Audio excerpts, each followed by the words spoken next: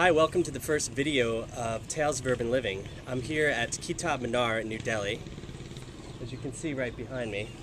It was built in 1311. I think it's Islamic.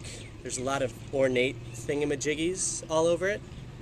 For 250 rupees, you can be in the middle of tourist hell. What else can I tell you about it? That's about it, because I can't read most of the signage. Basically, if you've come here for information, you're probably in the wrong place. If you've come here to waste time, you're avoiding work, or perhaps to be entertained, you know, we might be onto something here. Hi, how are you?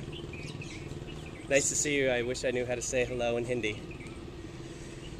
One of the many things I need to learn here. I'm just going to do a real quick recap of what I've learned or experienced in Delhi. 1, if you can't handle chaos, you're probably in the wrong place.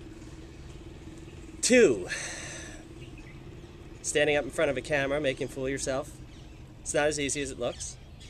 3, a mall is a mall. My first experience in New Delhi was going with a friend of mine to Ambiance Mall to get an outfit for her interview. And I had about 2 hours of sleep, and pretty much every Western brand you can imagine was there. I was starting to have a little bit of a meltdown. Mira didn't know that. She was in Mark and Spencer, or Tracy, something like that, doing shopping for some jeans, and I was sitting on a couch outside the Mac store that said senior citizens only on it. I was sitting next to this old guy who kept nodding out, and I was nodding out as well. I was daring them to ask me to move because I would have went ape you-know-what on them. Meanwhile, I was sitting outside of the Mac store and the music's going oonch, oonch, oonch. I was having a meltdown. I was thinking, what did I get myself into? What have you done this time, Tim? But now that I've got a little bit of sleep under my belt, things are starting to settle. Sleep deprivation can kind of do crazy things to a man. The first 2 days I kind of hibernated a little bit in my hotel room because I was like a soldier that just went through war, sort of just shell-shocked, like something like that. But tomorrow I'm heading up to Dharamshala. This is day 3, unexpected stay in Delhi tonight, because I didn't really do any planning. I'll tell you one thing about traveling like I'm doing. A Lonely Planet or a map would probably go far. It probably would have done me pretty well. So, yes, I'm in a city of 18 million. I didn't have a Lonely Planet. I didn't have a map. I had an internet connection, so I spent a lot of time surfing the web. What else did I do? One thing I can tell you is it's really hot here. Sunblock's probably a good thing. This cheap Irish skin This cheap Irish skin doesn't sun too well. So that's going to be fun in India. What else? So yeah, just in a recap, here we are in Kitab Minar. A big old, I think 1311, something to do with 1311.